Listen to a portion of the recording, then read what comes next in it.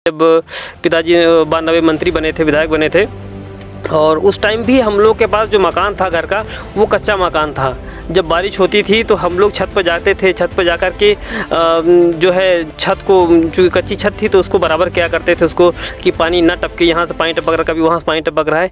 इस तरह के हालातों में मैंने स्वयं जीवन व्यतीत किया है हम लोगों ने। तो पिताजी लोगों ने बहुत अच्छी गरीबी देखी है, बहुत गरीबी को इसलिए बहुत अच्छे से जानते हैं, जिसमें कुछ भी दिखावा नहीं। नमस्कार, यूपी टीवी में आप सभी का स्वागत है। आज हम एक इंटरव्यू करने जा रहे हैं। दरअसल ये इंटरव्यू किसी और का नहीं, हैदरगढ़ के जो विधायक है वैद्यनाथ राउत, उनके सुपुत्र का इंटरव्यू करने जा रहे हैं। दरअसल आपको बता दें कि गाड़ी में इसलिए बैठे हैं कि चुनाव चल रहा है। आपको पता है कि आचार संहिता लगने के बाद चुनाव की डेटें क्लियर हो गई हैं। 10 मार्च को जो है फाइनली रिजल्ट आ जाएगा कि आखिरकार कौन मुख्यमंत्री बनने जा रहा है और विधायक भी कौन बनेगा। ये 10 मार्च को रिजल्ट क्लियर हो जाएगा। तो इसके तहत हमने जो है, हम गाड़ी में, क्योंकि हम भी सोच रहे हैं, क्योंकि नेताजी भी अपने चुनाव में व्यस्त थे, तो हमें भी 10-15 मिनट का समय चाहिए इंटरव्यू लेने के लिए। पहला ही सवाल हमारा इनसे कि नेताजी, सबसे पहले क्वेश्चन है कि आप अपने पिता के चेहरे पे चुनाव लड़ रहे हैं, फिर आप खुद लड़ रहे हैं, क्योंकि आप बहुत सक्रिय नजर आ रहा है इस बार चुनाव में। सबसे पहले मैं आपका धन्यवाद देना चाहता हूँ जी। इस बार का चुनाव जो है विधायक जी स्वयं लड़ रहे हैं। मैं जो है चुनाव प्रचार प्रसार की कमान देख रहा हूँ, संभाल रहा हूँ, जनता के बीच में संपर्क कर रहा हूँ। अपनी एक पहचान बनाने की प्रयास चल रहा है, ताकि जनता हमसे डायरेक्ट जुड़ सके, मान लें विधायक जी से, या हमसे डायरेक्ट जुड़ी रहे। उनकी जो समस्याएं हैं वो हम लोगों तक डायरेक्ट पहुँच सकें। हमारा काम, मतलब हमारा कहने का मतलब ये था, क्योंकि जब आपके पिताजी इस पंचवर्षीय विधायक थे तो आप उतना सक्रिय नहीं नजर आ रहे थे, लेकिन इस बार सक्रिय नजर आ रहे थे, तो नजर आ रहे हैं। तो ये चर्चा आम है कि क्या इस बार बैजनाथ राउत स्वयं भाजपा के टिकट चुनेंगे या फिर अपने लड़के को मैदान उतरेंगे। इसलिए मेरा पूछने का क्वेश्चन था ये। देखिए, ये तो पार्टी नेतृत्व को तय करना है वैसे, लेकिन विधायक जी स्वयं ही इस बार दावेदारी कर रहे हैं। और रही मेरी बात, तो मैं चुनाव में सक्रियता, चुनाव इतना बड़ा क्षेत्र है, अकेले विधायक जी हर जगह नहीं पहुँच सकते, तो उनके साथ साथ में मैं भी अपना चुनाव प्रचार प्रसार में लगा हुआ हूँ और उनका पूरा सहयोग कर रहा हूँ। मतलब भविष्य की तैयारी कर रहे हैं। हाँ, कह सकते हैं। भविष्य में तो राजनीति है ही अपने लिए, राजनीति है। अच्छा, हमारा अब मुद्दे की बात आ जाते हैं। आपको क्या लगता है कि इस 5 वर्ष में आपके पिताजी ने वो काम करना चाहते थे, वो कार्य ऐसा हो नहीं पाया विकास का, वो कौन सा मुद्दा ऐसा जो अभी अधूरा रहेगा, उसको पूरा करना चाहते हैं आप? देखिए, वैसे भारतीय जनता पार्टी ने और माननीय विधायक जी ने इस क्षेत्र में बहुत अच्छे कार्य किए हैं। सरकार ने तो अभूतपूर्व कार्य किए हैं, साथ साथ में विधायक जी ने भी इस पूरे हैदरगढ़ विधानसभा को चौमुखी विकास करने का कार्य किया है। कुछ मुद्दे ऐसे रह गए हैं जिनको हम चाहते हैं कि अभी आने वाले पंचवर्षीय में हम उसे पूरा करना चाहते हैं। सबसे बड़ा मुद्दा हमारे लिए है शिक्षा और रोजगार का। शिक्षा की व्यवस्थाएँ कुछ यहाँ पर अभी अधूरी हैं। जिस तरह का शिक्षा का स्तर होना चाहिए, अभी वो पूरी तरह से डेवलप नहीं हो पाया है। मैं चाहता हूँ कि हायर एजुकेशन के लिए यहाँ पर अच्छी व्यवस्था, एजुकेशन फैकल्टीज इस्टेब्लिश हो, हम ऐसा चाहते हैं। दूसरा, रोजगार की व्यवस्था भी मैं चाहता हूँ कि हमारा प्रयास होगा।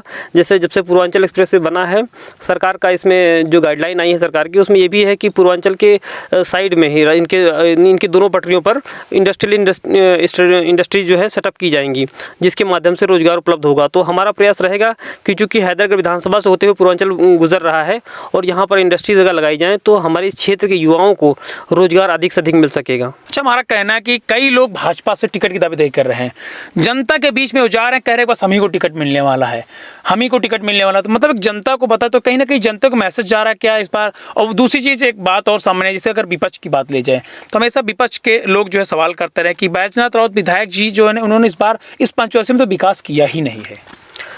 देखिए, सबसे पहले इसमें 2 सवाल हैं आपके। पहले तो टिकट की बात रही, तो टिकट की दावेदारी भारतीय जनता पार्टी सबको पूर्ण स्वतंत्रता देती है कि सभी लोग दावेदारी कर सकते हैं। जो भी इच्छुक हैं दावेदारी करने के लिए, जब भी चुनाव आता है सब लोग दावेदारी अपने अपने हिसाब से कर सकते हैं, जो भी करना चाहें। तो दावेदारी करना तो आम बात है, आम प्रक्रिया है, लोग कर रहे हैं और करते रहते हैं, हमेशा करते हैं। तो और रही विधायक जी के टिकट की बात, तो विधायक जी ने जिस तरह से ईमानदारी से कार्य किया है, बिना भ्रष्टाचार के कार्य किया है, डायरेक्ट जनता के बीच में रह करके कार्य किया है, हमेशा जनता के बीच में ही रहे हैं। कभी आपने ये नहीं देखा होगा कि विधायक जी दिल्ली में बैठे हुए हैं, लखनऊ में बैठे हुए महीनों तक, ऐसा कभी नहीं हुआ। वो लगातार जनता के बीच में रहे, क्षेत्र में ही रहे हैं। तो विधायक जी की सरलता, ईमानदारी के ऊपर जो है भारतीय जनता पार्टी, मुझे यकीन है, वो निश्चित तौर पर ही टिकट देगी इनको और दोबारा फिर से प्रतिनिधित्व का मौका देगी। और रही दूसरी बात विपक्ष का आरोप प्रत्यारोप लगाने की, विपक्ष का कार्य ही है आरोप प्रत्यारोप लगाना। मैं आपको बता देना चाहता हूँ, उत्तर प्रदेश की सरकार ने जिस तरह से अभूतपूर्व कार्य किए हैं इस जनता के लिए, इस क्षेत्र के विकास के लिए, इस तरह के कार्य इससे पहले न कभी हुए हैं और ना ही आने वाले भविष्य में कभी और कोई सरकार कर सकती है। देखिए, रही विकास की बात अगर करें तो विकास पूरे क्षेत्र में विकास हुआ है, हर जगह विकास हुआ है। माननीय विधायक जी ने जो इस क्षेत्र में आपको 4 विद्युत उपकेंद्र बनवाए हैं, नए विद्युत उपकेंद्र बनवाए गए हैं, एक अस्पताल सुंभा में नया अस्पताल भी बनाया गया है, PHC बनाया गया है। इसके साथ साथ में जो है प्रधानमंत्री सड़क योजना के अंतर्गत में इस पूरे विधानसभा में लगभग 50 से 80 किलोमीटर के दायरे की लंबाई की सड़कें जो हैं प्रधानमंत्री सड़क योजना के माध्यम से बनी हैं। आप कई सड़कें ऐसी देख सकते हैं जो इससे पहले जर्जर हालत में थी, आज उनकी जो व्यवस्था है गांव-गांव तक पहुंची हैं सड़कें, गली-गली तक पहुंची हैं सड़कें, हर गांव कनेक्टेड हुआ है।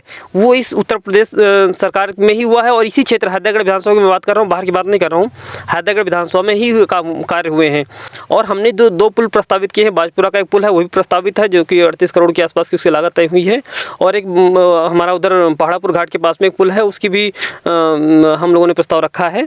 तो ये 2 पुल के प्रस्ताव हैं। और इसके अलावा जो क्षेत्र में कार्य हो रहे हैं, आप चाहे यहाँ के एजुकेशन की बात कर लीजिए, हर तरह से कार्य अच्छे हो रहे हैं। ये सिर्फ विपक्ष व्यर्थ में अपने इल्ज़ाम लगा रहा है बस। अच्छा, वहाँ बात है पिताजी को लेकर, तो क्या आपको पिताजी ने पहले मना किया था कि राजनीति में एंट्री करने के लिए सक्रिय, तो मतलब जिस तरह से इस बार आपकी भागीदारी बढ़ चढ़ कर देखने को मिली, तो क्या मतलब आप ही का मन नहीं था कि या फिर पिताजी का कोई दबाव था? नहीं, ऐसा कोई दबाव वाली कोई बात ही नहीं है। हम तो जब राजनीति के क्षेत्र में हैं तो राजनीति हम सभी लोग करते हैं, लेकिन विधायक जी स्वयं ही इतना सक्रिय रहते हैं, वो हर घर हर कार्यक्रम में पहुंचते हैं, स्वयं ही पहुंचते हैं। तो हम लोग को हर जरूरी नहीं कि जहां विधायक जी पहुंच रहे हैं वहाँ हम भी पहुँचें, लेकिन दोनों तरह से कार्य होते हैं। अब जब इलेक्शन का समय है, चुनाव का समय है, यहाँ पर हम लोग को हर बूथ पर पहुँचने की आवश्यकता रहती है, हर जनता से उनकी बातें सुननी है, उनके बारे में जानना है, उन तक अपने जो कार्य हमने विकास कार्य किए हैं उन तक पहुँचाने हैं। तो उस कार्य को पहुँचाने के लिए बृहत स्तर पर हम लोग को डोर टू डोर जाने की आवश्यकता है, लोगों को जानकारी देने की आवश्यकता है, लाभार्थियों से संपर्क करने की जरूरत है कि हम उनको उन योजनाओं के बारे में बताएं कि जो योजनाएं इस उत्तर प्रदेश सरकार ने दी हैं, जो लाभ सरकार ने दिए हैं, और जो इस माननीय विधायक जी ने जो कार्य किए हैं, जिनकी मदद की है, जिन लोगों की जो लाभ दिए हैं, उनको उन तक पहुँचाया जाए। इसलिए हम सब लोग अब बृहद स्तर पर कार्य कर रहे हैं, सब डोर टू डोर संपर्क कर रहे हैं, जनसंपर्क कर रहे हैं। अच्छा, आपके पिताजी की एक सरलता है कि हमने एक इंटरव्यू भी किया था आपके पिताजी का, तो उसमें वो गायों का गोबर अपने हाथ से, चारा भी अपने हाथ से देते हैं। तो ये जो उनकी शैली है विधायक बनने के बाद, इस शैली, तो एक सवाल था जब हमने इंटरव्यू किया था तो कुछ लोगों ने क्वेश्चन किया था, क्या विधायक जी क्या मीडिया के सामने ही ऐसे पेश होते हैं या फिर उनकी शैली ऐसी बराबर रहती है? आप इस बारे में तो मैं स्वयं कहूँगा तो फिर लोग ये कहेंगे कि पूछना चाहते हैं, मतलब आपसे समझिए। देखिए, जिनको इस तरह के शंकाएं हैं, जिनके मन में इस तरह की शंकाएं हैं, वो घर बिना बताए आ सकते हैं और आकर के देख सकते हैं विधायक जी का रहन सहन, विधायक जी की कार्यशैली, विधायक जी का लोगों की जनता के बीच में उठने बैठने का तरीका, वो सब आप स्वयं आकर के देख सकते हैं। मैं अपने मुंह से नहीं कहना चाहता हूँ, लेकिन जो भी कार्य आप लोगों ने दिखाए हैं, जो देखे हैं आप लोगों ने, वो कार्य स्वयं करते रहे हैं, वो करते हैं, आज भी करते हैं। वो बस जिस दिन जैसा समय उनको मिलता है उस हिसाब से कार्य करते हैं, क्योंकि कार्यक्रम भी लगे रहते हैं, उधर भी जाने की जल्दी रहती है। लेकिन जो कार्य बताया आपने, खेती बाड़ी का कार्य भी वो देखते हैं, वो पूछते भी हैं, हम लोगों से भी पूछते हैं कि आज कहाँ क्या क्या काम हुआ, कैसे हुआ।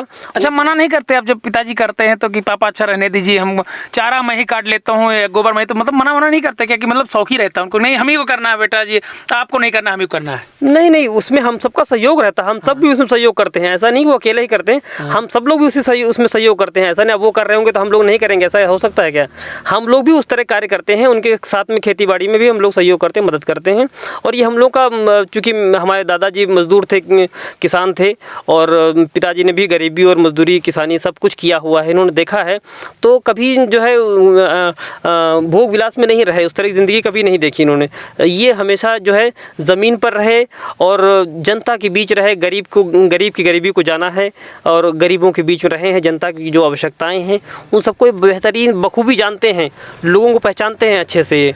इसलिए ये कार्य खुद ये चूँकि कर चुके हैं, उस दशा से गुजर चुके हैं, उस हालात में रह चुके हैं।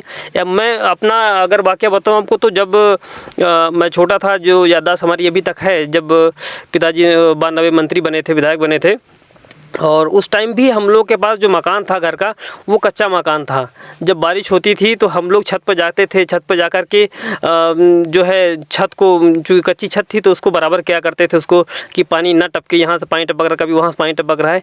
इस तरह के हालातों में मैंने स्वयं जीवन व्यतीत किया है। हम लोगों ने तो, पिताजी लोगों ने तो बहुत अच्छी गरीबी देखी है, बहुत गरीबी को इसलिए बहुत अच्छे से जानते हैं, जिसमें कुछ भी दिखावा नहीं है। अच्छा, लॉकडाउन में, जैसे लॉकडाउन था तो उस समय तो हमको लगता है ये चीज़ आम हो गई होगी ना, क्योंकि टाइम काटने के लिए कुछ ना कुछ तो करना पड़ता रहा होगा। खेत में निकलना भी, मतलब प्रतिदिन तक निकलते थे उस समय लॉकडाउन में भी निकलते थे, लेकिन ये था कि बीच में लॉकडाउन में स्वयं विधायक जी भी कोरोना पॉजिटिव हो गए थे, तो उनकी देखरेख में भी हम लोग लगे रहे। और उसके बाद जब लॉकडाउन का समय था, उस बीच में पार्टी ने, भारतीय जनता पार्टी ने जो अभियान चला रखे थे कि जो भी लोग हैं जो पलायन कर रहे हैं लोग, उनकी सेवा करना, और जो लोग कोविड संक्रमित हैं उनकी मदद करना।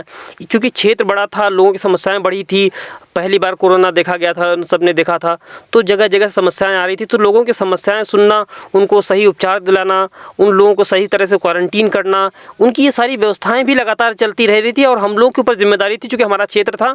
इसके साथ साथ में जो सबसे बड़ी जिम्मेदारी आई थी वो ये आई थी कि जो लोग बाहर रह रहे थे, गुजरात है, कोई गुजरात में रह रहा है, कोई महाराष्ट्र में रह रहा है, कोई कहीं रह रहा है, देश के कोने कोने में लोग, यहाँ के लोग रह रहे थे, तो उनके पलायन की चिंता हो रही थी। वो लोग जो उनके परिवार वाले यहाँ रह रहे थे, वो लोग बहुत चिंतित थे कि वो वहाँ से कैसे आएंगे, उनके आने की व्यवस्था कैसे होगी। तो सरकार ने योजनाएं चलाई थी कि वहाँ से जो सिस्टम था, हम लोग यहाँ से रिकमेंड करके देते थे कि ये इन लोगों को वहाँ से यहाँ तक आने दिया जाए।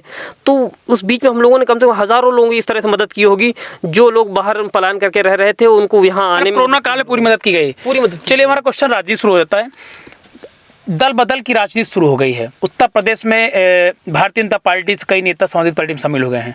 एक चेहरा ले लेते हैं, स्वामी प्रसाद मौर्य के समाजवादी पार्टी में जाने से हैदरगढ़ विधानसभा क्षेत्र का मौर्य समाज की कितनी वोटें समाजवादी पार्टी परिवर्तित हो सकती हैं, कितना नुकसान हो सकता है भाजपा को यहाँ पर? देखिए, आजकल दल बदल की राजनीति को पब्लिक बहुत अच्छी तरह से समझती है, बखूबी जानती है।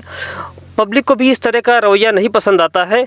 भले कुछ एक बहुत ही कट्टर समर्थक उनके हों, व्यक्तिगत हों, तो इधर से उधर मूव कर सकते हैं, नहीं तो भारतीय जनता पार्टी में सभी की आस्था है। साथ साथ में रही मौर्य समाज की बात, तो मौर्य समाज के लिए हमारे पास उत्तर प्रदेश में आदरणीय केशव प्रसाद मौर्य जी अभी भी हैं, और वो पूरी तन्मयता के साथ में अपने स्वामी प्रसाद मौर्य ने कहा अभी कि 85 में है, 15 में आप हैं।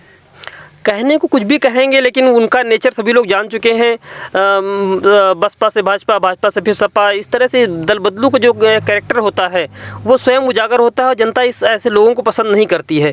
मेरा मानना यह है, मौर्य समाज बहुत ही समझदार समाज है, और उसका लगातार भाजपा के प्रति आस्था उसकी रही है, और आगे भी उसकी रहेगी। क्योंकि हमारे यहाँ पर आदरणीय केशव प्रसाद मौर्य जी हैं, और इसके अलावा अरविंद मौर्य जी हैं हमारे यहाँ पर। हमारे इस विधानसभा में एक मंडल लगता है, सुबेहा मंडल, वहाँ के मंडल अध्यक्ष हैं श्री राम सागर मौर्य जी, वो भी मौर्य समाज से आते हैं, और वो पूरी तरह से भाजपा के प्रति समर्पित हैं, और पूरा मौर्य समाज इसके प्रति समर्पित रहेगा भाजपा के लिए। लास्ट क्वेश्चन हमारा, क्या मैसेज आप देना चाहते हैं इस चुनाव में हैदरगढ़ विधानसभा की जनता को? देखिए, मैं अपनी इस जनता जनार्दन को बहुत ही प्रेम भाव से एक निवेदन करना चाहता हूँ कि ये चुनावी संग्राम शुरू हो चुका है, चुनाव का माहौल है, और आचार संहिता लग चुकी है, चुनाव की घोषणा हो चुकी है। मैं अपने सभी कार्यकर्ता बंधुओं से, भाई बंधुओं से, सभी से निवेदन करना चाहता हूं कि भारतीय जनता पार्टी ने जिस तरह से कार्य किए हैं, जिस तरह से अभूतपूर्व विकास किया है, चौमुखी विकास इस हैदरगढ़ विधानसभा का किया है, आप सब लोग भारतीय जनता पार्टी को वोट देने के लिए अधिक से अधिक लोगों को जागरूक करें। इस हैदरगढ़ की जनता को से निवेदन करना चाहता हूँ। चलिए, बहुत बहुत धन्यवाद आपका यूपी टीवी से बात करने के लिए। तो ये थे हमारे साथ हैदरगढ़ विधानसभा के विधायक हैं, उनके लड़के हैं ब्रिजेश रावत, जिनसे हमने खास बातचीत की, कई पहलू पर हमने बातचीत। इनका साफ तौर पे कहना है कि इस बार उत्तर प्रदेश में पूर्ण बहुमत की योगी की सरकार ही बनेगी, मतलब भाजपा की सरकार बनने जा रही। वही इन्होंने हैदरगढ़ विधानसभा के आम जनता से अपील भी की कि भारी संख्या में लोग जागरूक हो और भाजपा को वोट